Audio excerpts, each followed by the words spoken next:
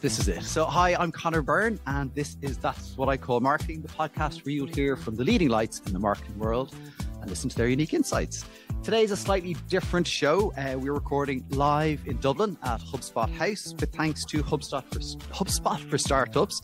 Now, get this right, the all-in-one CRM that scales as your startup grows. Well, that's the little plug for HubSpot for Startups. A room filled with insight-led, customer-focused, brand-loving, pitch-perfected marketers and agencies. So thanks for joining us today. Normally at this point, I do a bit of an introduction and kind of summary about what the show is about. And I normally record that after the episode. Given I've no idea what we're about to talk about with Caroline, I won't do that. I will just say we have an amazing guest. I kind of hounded Caroline to be a guest on the podcast. Brilliant timing as well, because it was just in kind of June in the run up to the Women's World Cup, and Caroline gracefully responded to me and said another time. So so we'll welcome our first ever guest for That's What I Call Marketing Live, Caroline Donnellan. I might just put you a bit closer to the mic just so we catch everything there. So for anyone who doesn't know you, you were Director of Brand and Marketing at Sky Ireland. Can you tell me just a little bit about how you got into the world of marketing? Yeah, and thank you for having me. It's great to be here. So I am in marketing, I'm going to lie and just say about 15, 17 years in and around that space. But I would have started out in banking actually for about 16 or 17 years before I moved across to Sky. So would have started my career in EBS, Building Society at the time. And during a really interesting time when obviously the mortgage market was booming and we were obviously building up a brand for mortgages. And I would have worked across all of the different product areas in EBS, from mortgages to savings to personal loans to everything. So really got a great insight into the world of marketing across all different disciplines. It was quite a small team, which meant you could flex in and out of the various different parts of marketing, which is great. And then I moved across to KBC Bank. And again, they were a corporate bank at the time. So I was brought in to help launch a retail brand in Ireland. So I learned so much in that. It was absolutely fascinating because there was no awareness of the brand at the time. It was often referred to as KFC as opposed to KFC. That was like your starting point. But again, we capitalized on the momentum that was there. At the time, I think it was about 2012 when we went there, and it just went from strength to strength. So I learned a lot there around building brands, resonating with consumers, and launching various different products as part of that brand. And then January 2020, so just 2 months before COVID, I went to Sky, and I've never looked back. I'm absolutely loving the role. So I'm, as you said, brand and marketing director there. So responsible for the brand strategy for the brand in Ireland, because obviously we're part of a European brand, but also responsible for all of the product advertising across our products. And we've quite a few. So we've TV, we've broadband, we've Prem, so Sky Sports and Cinema, our VIP loyalty program. So every day is very different when it comes to working in Sky. I can imagine. Can I touch a bit on KBC? Because KFC, I didn't know that was a challenge for you. That's a great one. But that was effectively a challenger brand. How did you show up in the market kind of as that challenger brand? Like, what were the things you were doing? Because like you had legacy players like AIB, Bank of Ireland. How were you kind of trying to disrupt them? Yeah, and we were part of a Belgian-owned bank, but fortunately we were kind of left to build our own strategy, marketing and brand strategy in Ireland, which is great. So we would have been challenged by our board at the time to do something different. And if we wanted to be a challenger brand, we needed to think different. So we actually went about looking for an agency to help us do that. And controversial, probably given the room I'm in at the moment, we went outside of Ireland. So we would have found an agency who was based in Amsterdam, but out of London. And they just forced us to think differently. And they would have been the brainchild behind the platform, the Bank of You at the time, which we would have launched. So we very much tried to be different in terms of our advertising and our marketing, but also the proposition that we're putting out there. So we were the first bank to offer a digital first offering. So that was even pre what you have at Revolut here today, digital first in terms of mortgages. So it wasn't just about the marketing, it was about the proposition that we had in market as well. And so you as a marketing team had that opportunity to kind of think and create those kind of new propositions, new product offerings in the market. Yeah. And it was quite a small team, as when you look at the wider group of KBC. So it was all hands on deck, and it was all disciplines coming together to try and figure out how we can do things differently. And budgets, I'm guessing, as well, would have been significantly smaller than your competitors in the marketplace. How did you approach that? Like, was your media strategy incredibly different to them? Were you disrupting in that way as well? Yeah, look, we had a really good agency as well at the time who did think differently and pushed us to be quite innovative in what we were doing. But also, I think with the Bank of You, it was a master brand essentially. So it meant that probably what others didn't have the opportunity was we were very consistent in what we were saying and doing. And when you looked at other brands at the time, they maybe weren't doing that to the extent we were. So that allowed us to cut through even further. Did the timing of it help, like coming out of the crisis, I guess, and then this new offering, was that in any way helpful? Like, did that come through in the research at all that this new offering was appealing? Yeah, and you're really testing my memory here. Go back to 2012, but absolutely. And I think a lot of research we did at the time, they were saying, because we remember they just come out of a very Yeah. difficult time, and we weren't Irish, which helped. And they were obviously saying it's time for something new and it's time for something different. And they were very favourable towards KBC and what we're offering. One of the things with financial services is regulation and dealing with, I mean, most radio ads and financial services are 50% terms and conditions. Um, how did you deal with that creatively? Were you able to, or did you just kind of go, look, something we have to do? And how did you deal with kind of the regulator of the industry? I think, and there's regulation in every industry. We see it ourselves, even in terms of Sky. But I think it's choosing the mediums that help you in the best way possible. So radio, it was never really the best channel for us to use when it came to talking, let's say, about mortgages or current account, because to your point, half of the ad is T's and C's, which no one wants to hear. So you probably would have leaned into the, let's say, print or digital, that maybe had a more of a long form format that helped you to do it. So it was just picking the medium that basically complemented the product that you're promoting. Yeah, it's a huge challenge. I think I can't remember, was it maybe Rabo Bank that did some creative, I think actually Brando did that work around the terms and conditions, trying to incorporate it into the ad and make it a little bit more interesting, because it was incredibly boring. And even recently I heard an ad, and they led with the terms and conditions first. Oh, really? And tackled it up front and said, look, with our industry, we have to talk about it. Did the T's and C's, that bit's out of the way, and let's talk about the good stuff. So you're kind of ending on a high, which was interesting take on it. Is that unique? I don't know, but is that unique to this market, or is that the same in other? I hadn't heard that one before. I Yeah. hadn't heard where they'd switched it that way. Do you mean unique? Is the regulation though, like those terms and conditions? Because again, I just don't know, and I'm just wondering if other markets have to deal with that. I think banking is heavily regulated anyway, probably across most countries. I'm thinking about like the attention we get from in advertising, even in radio ads, like making sure that people know who it's for and there's no misattribution. That's kind of an interesting thing that you'd have to add that on, doing it first. I'm sure they've tested it, whoever it was. Sure so. The joys of testing. So you moved to Sky Ireland, and a big shift in terms of sector, I guess. But as you kind of alluded to, some similarities in terms of proposition, different types of customers, and lots of offerings to try to get across to the consumer. Was that one of the, I guess, appeals maybe of moving, to a different sector, but being able to bring that kind of experience of kind of the proposition and the offering? Yeah, and like I'd been in banking about 17 years, and I'd moved across to various different organisations who were quite different, but I felt I'd learned everything I needed to from a financial services point of view.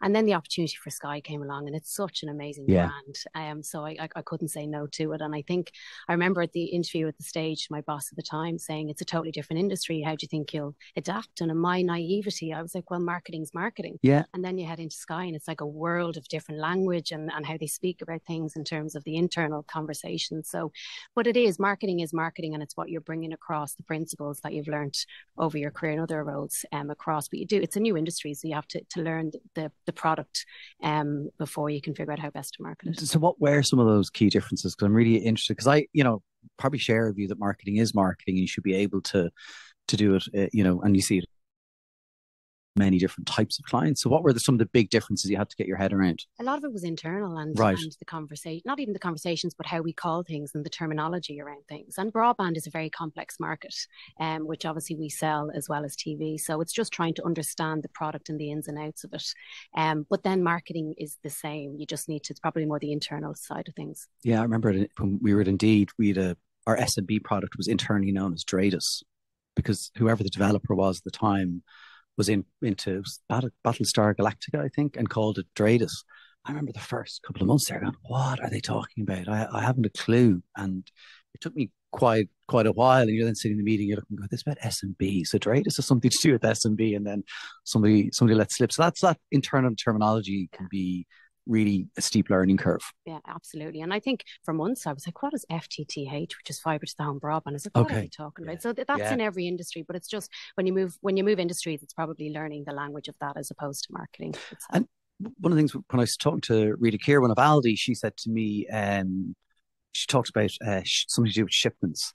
And she said she had absolutely no idea what she was being asked to do, but she went and just figured it out. I think that curiosity, innate in marketers, helps us kind of going, well, okay, I don't know what they're talking about. I just need to figure this out. Because no question is a stupid question for the first few months, and then possibly it is. So it's learning your way quickly. And people could argue after this that there are stupid questions, but we'll bear that in mind. Interesting, like Sky is obviously, it's a huge brand, but kind of a big association maybe with the UK. How does that relationship work with the UK? Yeah, look, that's a really interesting question, and it's probably something that I had to get my head around when I first joined, because to my point, when I worked with KBC, whilst we were a part of a Belgian-owned company, we were responsible for our own brand strategy, but that's not necessarily the same in the UK. And at many times it's right, because there's so many similarities between the UK audience and the Irish audience. There's also great efficiencies in terms of us adapting a lot of the creative that the UK can do.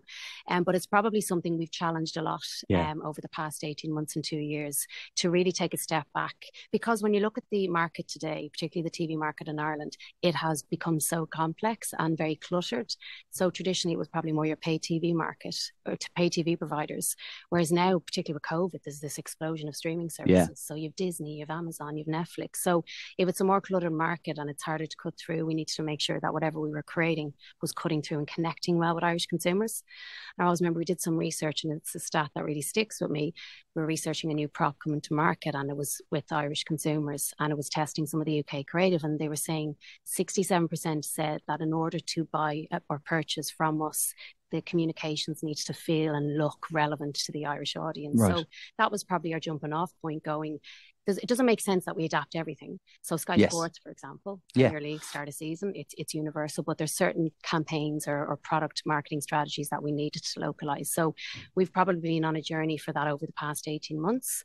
We've had some great success stories, which is why we're probably now able to do more of it. So we launched Sky Glass last year, which is us, Sky, entering into the TV hardware business, and we would have done something bespoke, and it did phenomenally well for us. We've had Out Believe, which is our partnership with the women's national football team. I'm smiling as I say it because it's so lots to talk about there. And that has done so much for us in terms of building up a stronger affinity of the Sky brand with Irish consumers. And we've always had a strong affinity, but how can you grow that love for the brand even more? Yeah, and as you say, the more complicated and cluttered the market gets, you need that connection on an emotional level. So let's come on to the sponsorship. It was one of the big things I wanted to talk to you about today. So I'd love to talk to you about the reasonings. You might have touched on it now, but the reasons behind the sponsorship. There's lots of different reasons brands go into sponsorship. Some of it's just, we do pure badging, or you want to kind of affinity or whatever. What was the core business problem Sky Ireland were trying to solve? Yeah, and I think we were probably looking for a partnership for a while at that stage. Right. And I think the problem we were trying to solve is there was probably a couple of them. One was how we can build that stronger affinity with the Sky brand in Ireland with Irish consumers and kind of strengthen that connectivity, and back to the fact that it was a cluttered space. So how do we make sure we're cutting through? And I think when it's a cluttered space and it's a challenging market in terms of sales, you tend to go quite product marketing focused, which is fine. But we wanted to have a brand platform that allowed us to talk about what Sky stood for. Because when we looked at our strategy, it was very product focused. So we wanted something that allowed us to talk to consumers in Ireland on an ongoing basis. So they were kind of the main reasons. And we also wanted something that allowed us to talk to a younger audience. Okay. When we looked at our customer profile, we felt we needed to talk maybe to a younger audience, females, young families. So then this partnership came along, and it was an easy yes. And I think for a couple of reasons. I think when you looked at the team and what they were trying to achieve. So again, we signed the partnership, or we announced it. So we were the first ever primary partner of the women's national football team. We announced that in September 21. So they'd just come out of COVID. Obviously, sports had stalled, so they were trying to build back up momentum. They just signed a deal for equal pay with the men's team in that August, and we came with September, which was unbelievable. So you could really see the ambition and the passion behind this team. And it would also very much fed into our objectives at a group level around inclusivity and diversity as well. And we had an objective, obviously, as Sky Sports and broadcasting sports, that we wanted to showcase women in sports and sports that women are playing. So it was absolutely something that we wanted to sign up to, and we did, as I say, in 21. Can you tell me a bit about that process? Because you've alluded to it's not straightforward of, oh, this comes and it's magic. And, you went through, you were looking at partnerships. What was the process that you went through to kind of find the right partner? Yeah, some of it's structured and some of it's not. Some of it's luck. Right. And I think we probably looked ourselves, and then we engaged with some agencies to help us look. And we were going through what suited our brand, and I suppose back to your earlier question, what was the problem we were trying to solve. So you kind of have your criteria, your checklist of what you're looking for, and then it's going out to see what's available on market. You need to make sure there's no conflict of interest, and then it comes to luck as well. And I think we got really lucky with WNT. Did the timing of things like the equal pay, was that one of the things you were looking at and asking about in the process, or was that just maybe a bit of luck as well? Yeah, no, it wasn't something we were looking for. I think it was back to the ambition of the team. Right. And what they were fighting for. So this is a team of women who fought off the pitch as well as on the pitch. And what I mean by off the pitch, obviously the equal pay, but also they were fighting to get equal, I suppose, like when you think about what the men's team were getting in terms of the facilities and the training grounds, they were fighting for all of that so that they could get parity with the men's. So they had huge ambition, and it's something that we really bought into, and we wanted to try and help capitalize on what they were creating and help them to go even further again. And then they go and they qualify for their first ever major tournament with the World Cup. You created some great work around it, and so the launch of the partnership. Can you talk me through that? Like, what was the insight that led you to that work? You had the line "I believe." How did that come about, and what did it mean? Yeah, and I think for us, from the beginning, and there's a lot of people in the room here today who've helped us between my own team and then Core, who are obviously the creative agency or brainchild, as I call them, behind it, I believe. But from the beginning, we always said that we never wanted this just to be a badging exercise. So it wasn't just about putting Sky on the logo of the jerseys and walking away. As I said, they were a team that were on the cusp of something really special, and you could see that. And we wanted to help them to go even further. And we did a bit of research at the time, and I think a stat that really came out that resonated with us was that 54% of people felt that they wanted to support the women's team, which is great. However, when you looked at who was showing up to the games or the viewership figures of TV viewing the games, that didn't correlate. And when we delved deeper to go, okay, you're saying you want to support, but we're not seeing it necessarily. What is it? And they were just saying they didn't know enough about the team. So there wasn't that connection piece between the team, the players, and what their ambition was going to be. So we wanted to create a brand platform to showcase who the team were, who the individual players were, what their ambition was, how far they wanted to get. And that's what I Believe was about. And when we look at the idea behind I Believe, it was again back to how much they'd fought off the pitch as well as on the pitch. So for us, it's all about defining their ambition, their attitude, their strength, and they've outbelieved every barrier that has been put in front of them. And we wanted to essentially create a rallying call for the entire nation to get behind them. That's and then it continued into the work that you did kind of before the actual World Cup. That the wonderful lad, the young girl, and kind of the group of death. Or was that kind of just a continuation? Was that planned all the time, or not all the time, but as soon as they qualified, or how did that come about? Question, because I think it's quite different to probably the first ad, or I Believe 1.0 as we call it. Which is probably a bit more raw and had a bit of attitude and grit to it. But I don't know if you've ever been to any of the women's football games in Tallaght Stadium, but it's such an amazing experience and atmosphere, and it's full of kids, young boys, young girls. It's full of families and parents. So it's a real family kind of event. And what you notice is the players, they always stay on after the pitch, and they always walk around the entire pitch, and they go over and they engage with the fans. They sign autographs, they take photographs. So there's always a lovely connection between the fan and the player, which is what we wanted to highlight as part of the World Cup campaign. So you mentioned that young girl, and it was all around, the starting point of that ad was she's sitting down and she sees Amber Barrett score that famous goal that gets us to the World Cup, and she's amazed, but she's not quite sure what she's amazed about. And then she goes on the journey to find out more about the team and starts believing in them even more. And then it gets them to the World Cup. So for us, it was all around that connection between the fan and the player, because the fan is a huge part of the road that gets them, the team, to where they are. In some ways, you probably couldn't have done the second ad without the first ad. I know that sounds really stupid, probably, but you know, you had to create that connection with people, because I would imagine a huge percentage of the population just didn't even know who the players were. They may have known one or two of the names.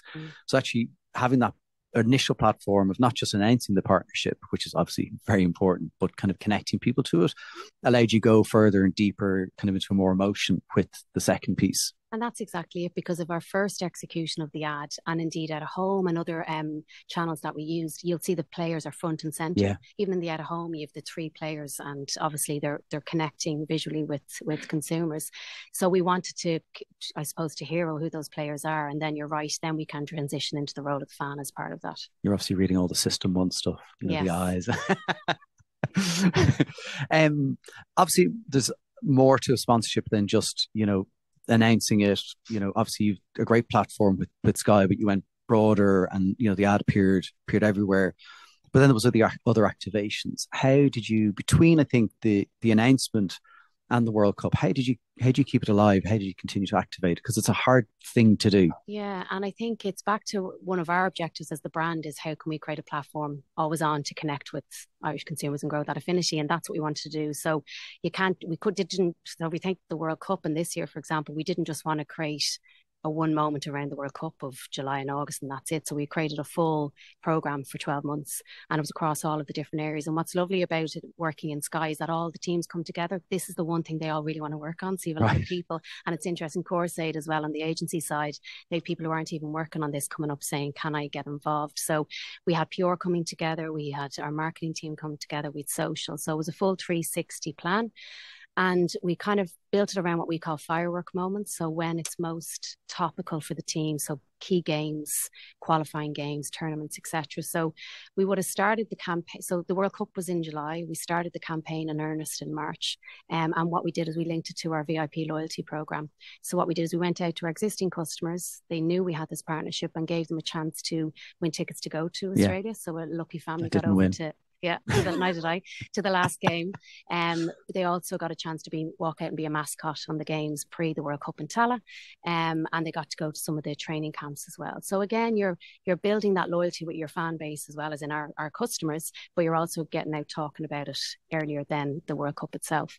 So that would have been our jumping off point. And then obviously we had a big event for the team before they headed off to Australia, and we had it in the Mansion House. So we would have invited the team themselves. We obviously invited fans. We invited customers as well. And what we did that night, it was the night before we launched the ad, we showed it to the team, which is always the most nerve-wracking. They hadn't seen it. They hadn't seen it. It's always the most nerve-wracking part of the process, because they can be, they're very honest with you, which is good, and they love it. They always love it, which is great. So we pre-launched it with them, and then we pre-launched it on social. So kind of a sneak preview before it went live on TV the next day. So we had that event again, which got a bit of longevity. And then throughout the World Cup itself, we were conscious it was in Australia, the huge time difference. So our role was to get people energised here in Ireland. So what we would have done was, we've obviously some flagship stores, retail stores across Ireland. So we would have had watch parties. So again, it coincided with summer holidays. People were off, so encourage families to come in and watch it, which worked really well for us. Always good as well from a commercial point of view to get people into our stores. And then we were also conscious that we weren't broadcasting it, but we wanted to own a second screen, both from a social point of view, but also radio, obviously huge listenership figures in Ireland. So we teamed up with Dermot and Dave, Dermot and Dave at the time. Now it's just Dave on Today FM, and they bought the Outbelieve tour to Australia. So they went over to Australia. They broadcasted live from Australia, and they were at all 3 games.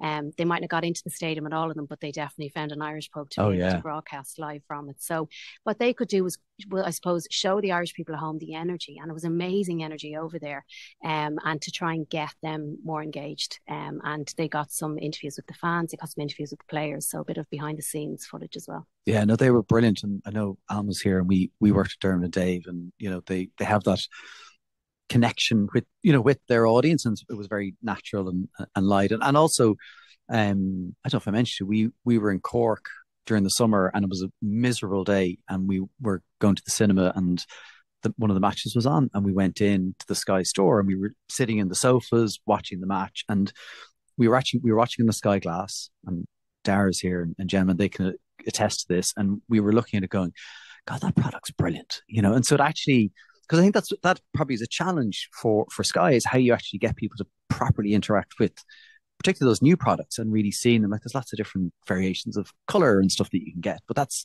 probably doesn't come across in advertising. That was a great way of getting people in store. Are there other things you do to kind of engage people to get them in store? I mean, it's a challenge. A WNT point of view? No, just a general point of view, because I assume that's a hard thing. Yeah, and I think, because I mean, a lot of people are obviously choosing online as well, but I think from a retail point of view, the locations that we are chosen for a reason, and they're quite high footfall locations. And we've flagship stores, and we've also mid-mall stores. But again, I think it's back to a lot of the locations, and you've a lot of high footfall in those areas like Dundrum Shopping Centre, Swords Pavilions. So they're naturally tending to walk by, and then it's the retail agents bringing them in and having the right offers on display at the time as well. You would have obviously worked with a lot of different agencies for the campaign for I Believe. How did that work? Because we were at an event last week, and one of the things that came up, it was CMO survey, that things that CMOs are looking for is better interactions and relationships with their agencies. So how did you make that happen?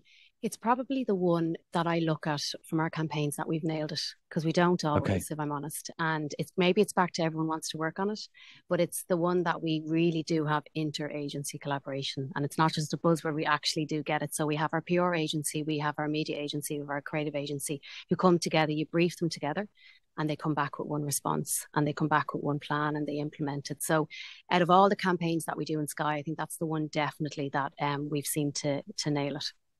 So how do you do it elsewhere then? Or obviously it isn't perfect. So are there things that you look to try to do? I mean, that one briefing is great, but that's when you have kind of a singular focus you can get everybody around. Are there other things you try to do to kind of make that collaboration better? People say the minute you win the client is when you start losing it. I don't think it should be that way, and it's kind of those small percentages of maybe breakdown in communication sometimes that cause problems between agencies and clients.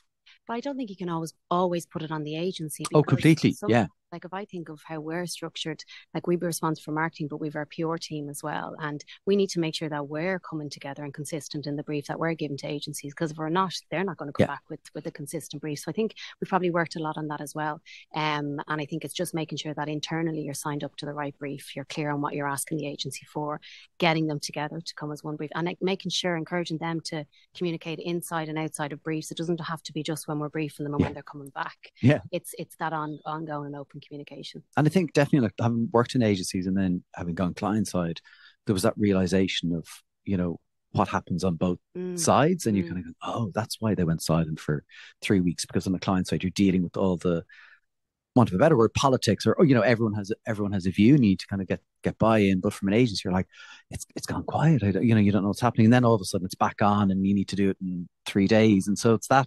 I agree with you. It's not a one-sided thing, and I think clients we can do a better job communicating, I think, and just making sure people have that information, and particularly around metrics and results. And so, as attached to the I Believe campaign, Sky is a hugely commercial business. What were the metrics you were looking at?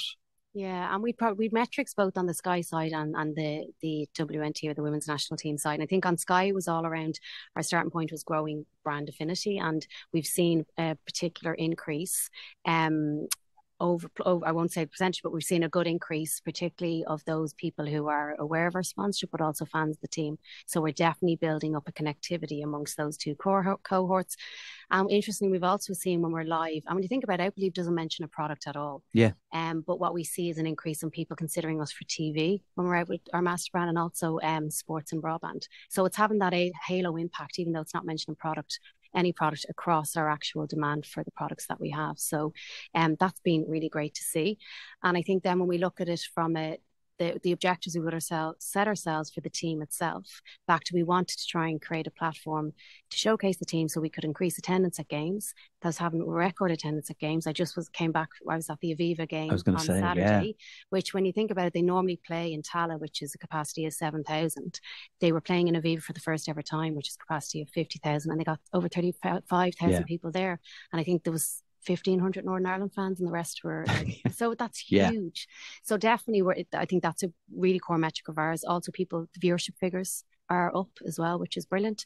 But also we did some research there in March to see how that fandom is growing. And what was really good to see is that 1 in 5 people were coming back to say that because of the growth of women and the WNT, that they're now starting to take up sport themselves. And 2 in 5 were encouraging their kids to take up kids football as well. So it's great to see that your attendance gone up, your viewership, but also participation too. Yeah, we couldn't get our daughter into the local football team because of that. There's just such an interest. You smiled when we started talking about this. You must feel incredibly proud. I know it's not all you, but like, do you have that sense of real pride that this is something special? Oh yeah, I like hand on heart, it's the best thing I've ever worked on in my career. Absolutely. Wow. And you can see it with my team. They absolutely love it. And it's not all about awards, but it's always nice to get them. And we were lucky to pick up 3 European sponsorship awards as well for Believe, which was phenomenal. But for us now, it's what's next. And we're 2 years into a 4-year partnership. So how can we amplify it even further? So they've come out of the World Cup. Next step is the Euros. So how we can try and get behind them even further and get the country behind them as well. They deserve it. Yeah, and that keeping it fresh but consistent, is a challenge. And again, there's the gaps between matches and games. So are you just kind of in that planning phase now? Yeah, exactly. We had an activation around the Aviva as well, but now we're definitely working with our agencies, Core and Fleischmann and Mediacom, to see how can we now expand it further into next year. And what's the next iteration of I Believe? Yeah, it's incredible. I mean, our kids are like all kids play FIFA, and I see our boys playing the Women's World Cup and playing with the Irish team. They know the players. Our youngest had not an Irish player, but like a Sam Kerr. That shift, like, it's phenomenal. And again, not all down to Sky Ireland, but the right time, the right place, and the right investment. It's incredible what it's achieved. Yeah, and it's down to the team themselves. They're a phenomenal bunch of women, and the management team and the FAI and all of that. So it's you can feel it. It's onwards we go again, and there's a lot more in that team. Brilliant. You talked about awards, and I just wanted to talk to you a bit about this. So the team won Marketing Team of the Year. Yeah. So congratulations on that. Yeah, exactly. Yeah. That was a very intentional thing. Can you talk to me a bit about the intent? As in going for it? Yeah. Yeah. It's an interesting one because I'm 3 years in the role, and when I look at the team, it's such a different team to when I first joined, and I'll talk on that and how it's changed at the moment. And we've probably had conversations over the past few years. Are we ready? Do we have the story? Do we have the results? And we probably felt maybe not yet. And then this year we came together and we're like, this is it. Absolutely. I think we've our best shot at it. I think last year, because we've made a lot of changes again, which I'll mention, that got us to a lot of successes last year. I mentioned, obviously, we launched Sky Glass, which was new into a new product category. We had I Believe, and we did a huge amount of bespoke campaigns that we hadn't before as well, which was helping with our sales results too. So I kind of felt this was the year, this was the right time. So and we had the story to back it up, because I think what we focused on that submission and what our story was kind of three core areas that we looked at. And I think to touch on them, the first one was around how we could build the right team for success. So I mentioned it's quite a different team to when I first joined. And like when I looked 2 years ago, our team, half the team was based in our London office. Half the team for Ireland? The marketing team, and half the team was here. And again, that's probably due to the link that we had with adapting a lot of the UK campaigns, but it's very hard to build a team and a culture and to unify the team if there's that distance. So we would have looked at things there. And obviously COVID, there were a lot of Irish people came home. One of them was in the audience here today, that she came back naturally. So that supported that. But so what I wanted to do was try and create a structure that had us all locally as best we could. But also then we were probably a team that was spread across multiple different areas. And at times when that happens, you can't come together and build one plan. So we established our first a marketing directorate within Sky Ireland. Okay. There wasn't a marketing director there before. And then we built the team around that. And we've probably built something I think is quite unique to Sky Europe, the Sky European brand, but also in some of the marketing teams here today, that we have like teams of specialists. So we've created like media teams. Okay. Who are media specialists that we've recruited both agency and client side. And again, we've a creative team.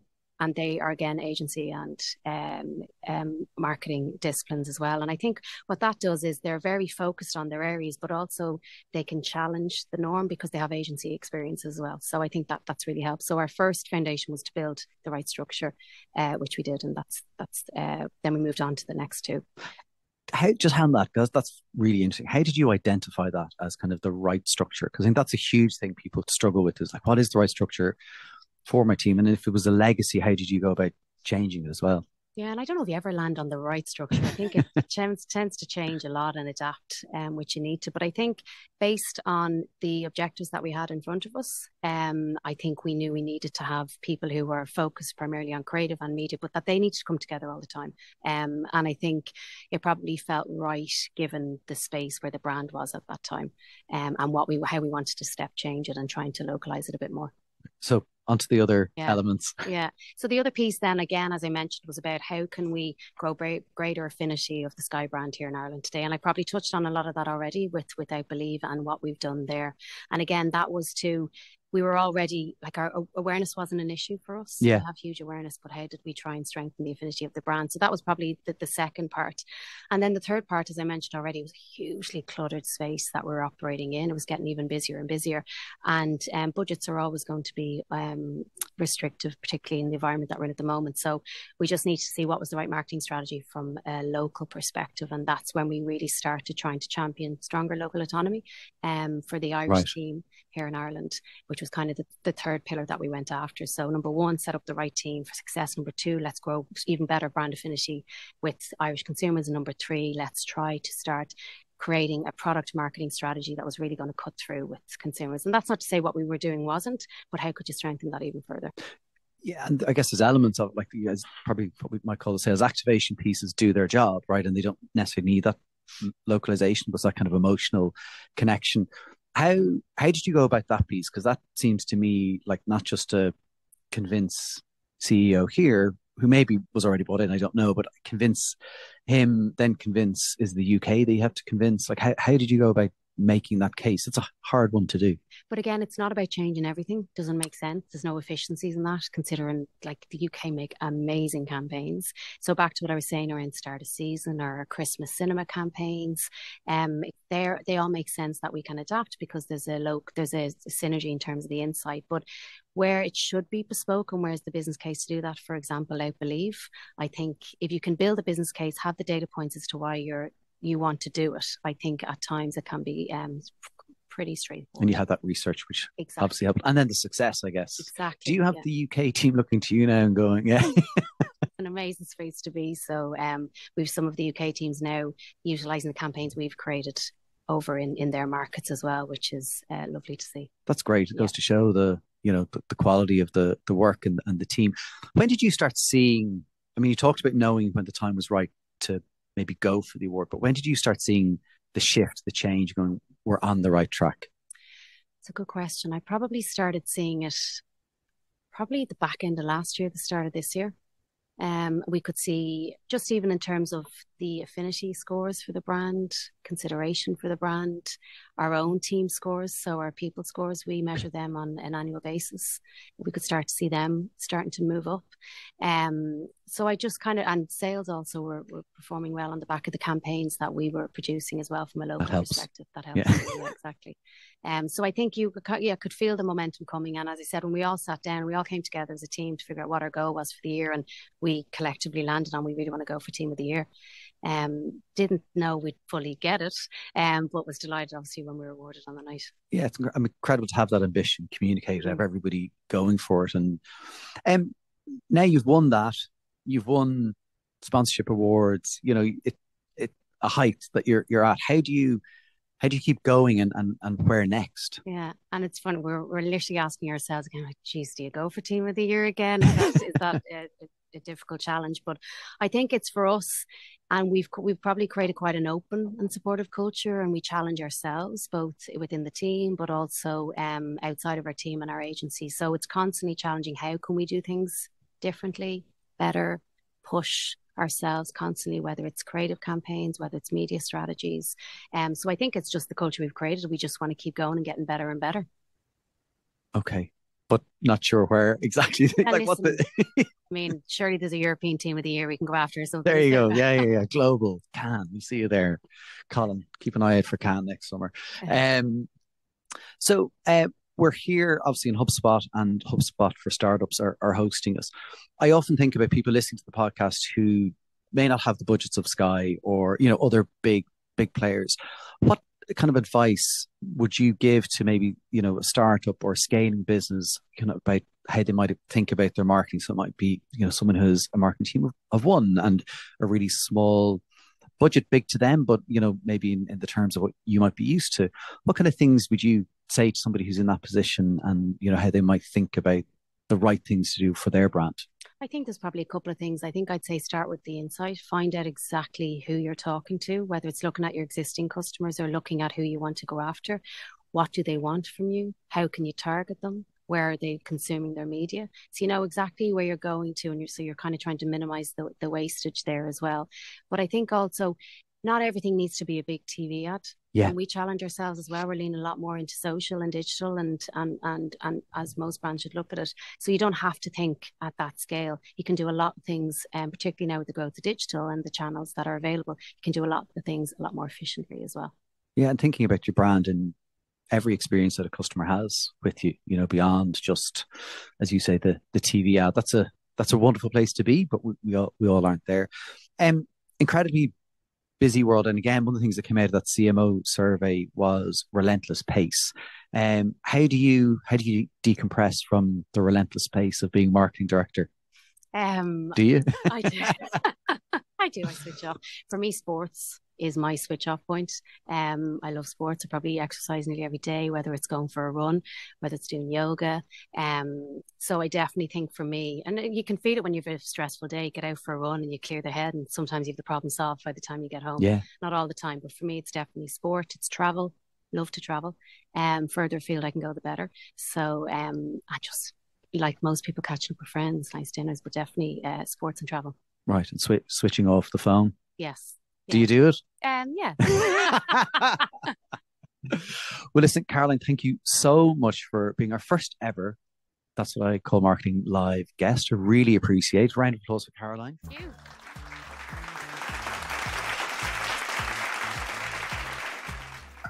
So that's it for this episode of That's What I Call Marketing.